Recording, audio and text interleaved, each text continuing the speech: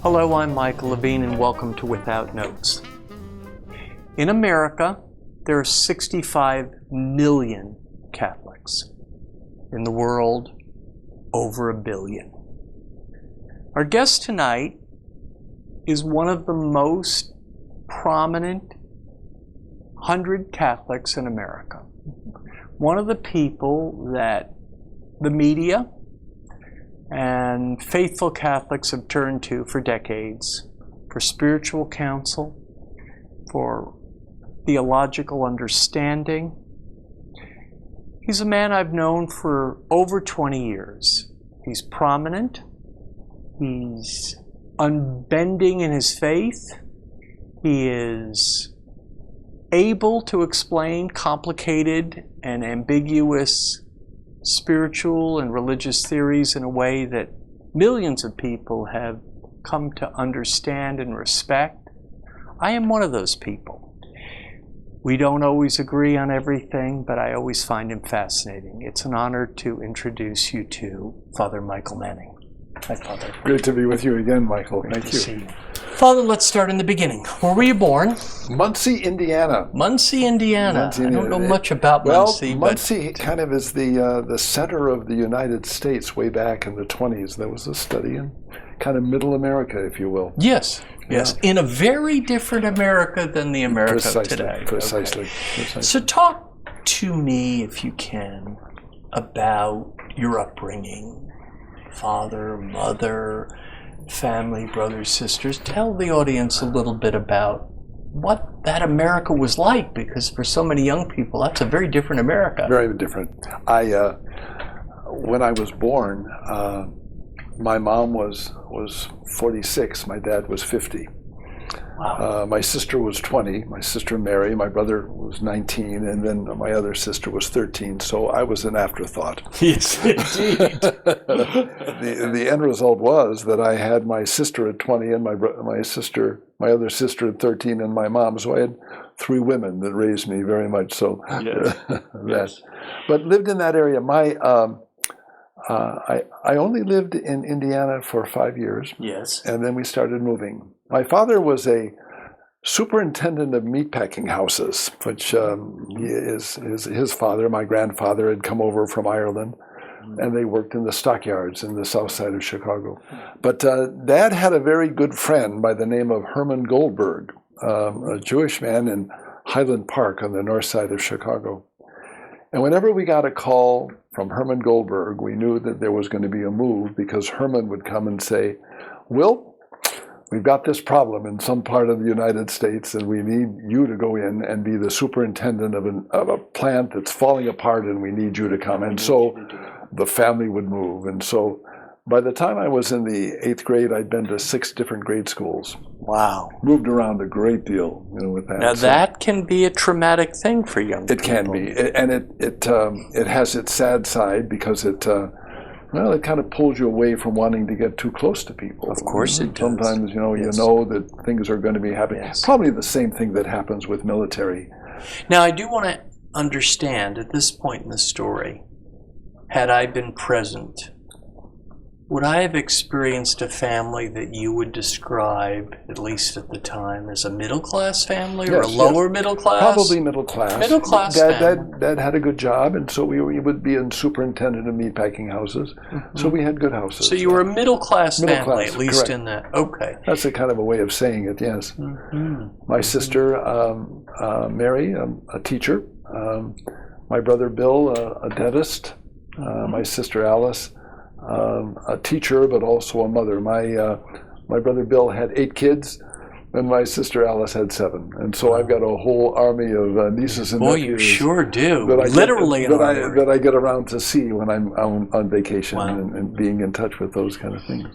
So you jump around. You go, I think, did you say 6 cities? 6 different grade schools 6 by the different time of grade the 8th grade. schools. Yes. And that has its Well, the impact. negative is that you're a little hesitant about doing that, but the positive side is you don't really get too upset with going into new situations. Yes. So meeting people and going into new situations was something that I was very comfortable with, and I enjoyed. At this point in the story, would you describe yourself as a modestly good student? No, not necessarily. I struggled in especially grade school, struggled in high school. Some of the demands of Greek and Latin and whatnot, because I went into the seminary when I was 14. At 14 years old, you get a sense. Well, it actually goes back to something even earlier than that. All right. There are people that are saying that even at 2 and 3, I was talking about being a priest. Really? Now, who are these people? Your family? Friends of my sister. Yeah. She's passed away now, but Gwen, she can remember that I would walk in and do this, and I can remember in the 2nd grade, celebrating Mass in the garage in Arcadia, California, where I lived, and I would bring all the neighborhood kids together, and I would pontificate for them, if you will. Something that I desired. I was very attracted to the idea of priesthood, to the idea of serving God. Now, again, if we go back and we're present with your youth, would it appear, at least by the standards of the day, that you were from a religious home? Very much so. Very much. Very much so. Mom and Dad, very strong Catholics. Catholics. We would go to Mass every week. Sunday. And one of the neat things about probably my inclination to wanting to be a priest was priests were very welcome in the home. And there was one priest, Father Bob Fosselman, who had, back in Muncie, was an associate pastor, and just became a good friend, and I think in many ways a model for me, and I aspired to that kind of life.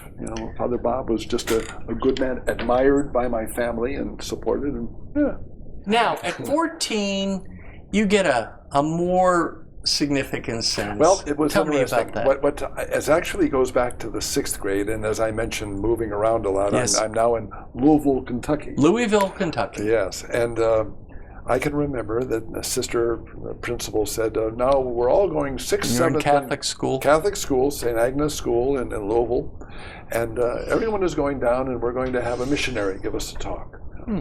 And so I thought, this is great. This sounds good enough. This is great. Yeah. Probably get out of class. Precisely, get out of class. Precisely. And so I can remember going down, and I can remember the situation. It was kind of like an army building that they had, and we were just there. And he started showing slides of missionaries riding horses in Indonesia and motorcycles in Africa. And I thought, oh my God, I'm into that. This is what I want to do. The inclination of wanting to be a priest was real, and then the idea of being a missionary became very real. And so he started passing out things, the Future Priest Club, did this, and so. And you're how old at this point? Well, here I would have been 12 years old. 12 years old, and he's passing out the Future Priest Club, and you're saying, "Give me the signing up."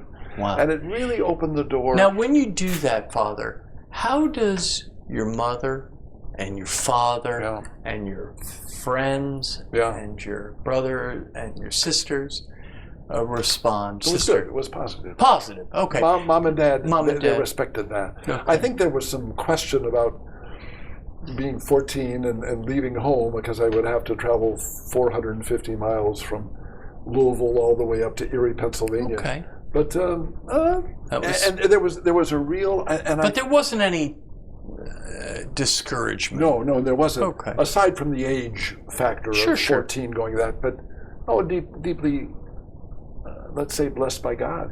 And by the way, again, the world a different place than today. Yeah, very much so.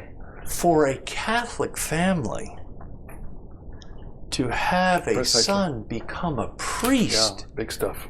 It's a great honor. Very much so. Very much so. Right? Very much so. It would be in Jewish life at the time like your son becoming a doctor or lawyer. Sure. Right? That would very be much so. different. That would be making. Of course, my brother, a dentist. Yes. So that's a my sister Mary had a master's degree in education. So up there at a time when women didn't have master's degrees. That's true. She got it at USC. Yeah. So now what happens in the story? Where do we go? We're 14. Well, if we jump to that to that age, you kind of come to the conclusion, because I was always very attracted to some of the women in the 8th grade, of course.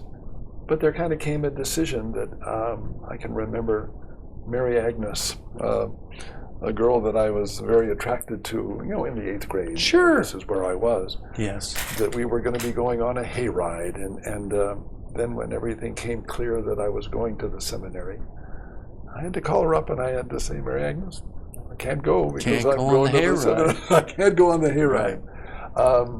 So there was a decision made. Yes. And this is kind of interesting too. I was also, I was 6'2" by the time I was in the 8th grade. Wow. And so one of the tallest. Yeah, and I loved basketball, and I was even approached by the local high school, Catholic high school, hoping that I would come to play basketball. So that was part of the decision that I had to make. Would I? We have girls, we have basketball. We have girls and basketball, everything any young man would want. Oh my goodness gracious! So I had to make the decision. And I remember at 14. Yeah, because the coach had already called up and said, we're hoping that you're going to come to St. X, which was the school in Louisville.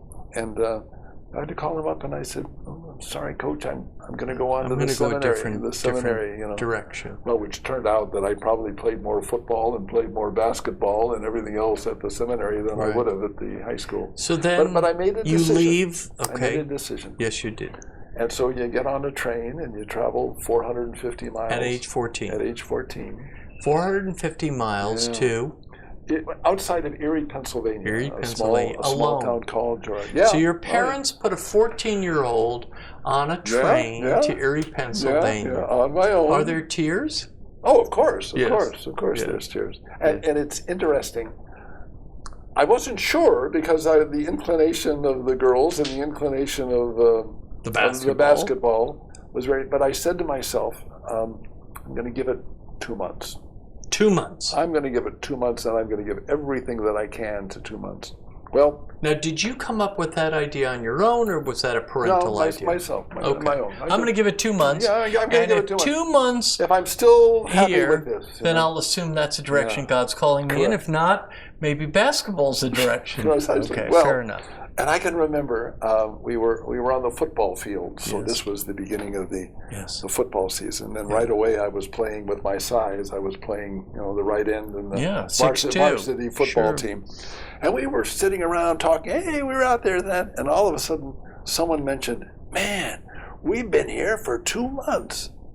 And it was amazing at that moment. I was so in love with what I was doing, loving the community. It was loving the education, loving the sports and everything. And I actually wasn't homesick. I actually wasn't homesick. Which you then took very reasonably as a signal that you were in the right place.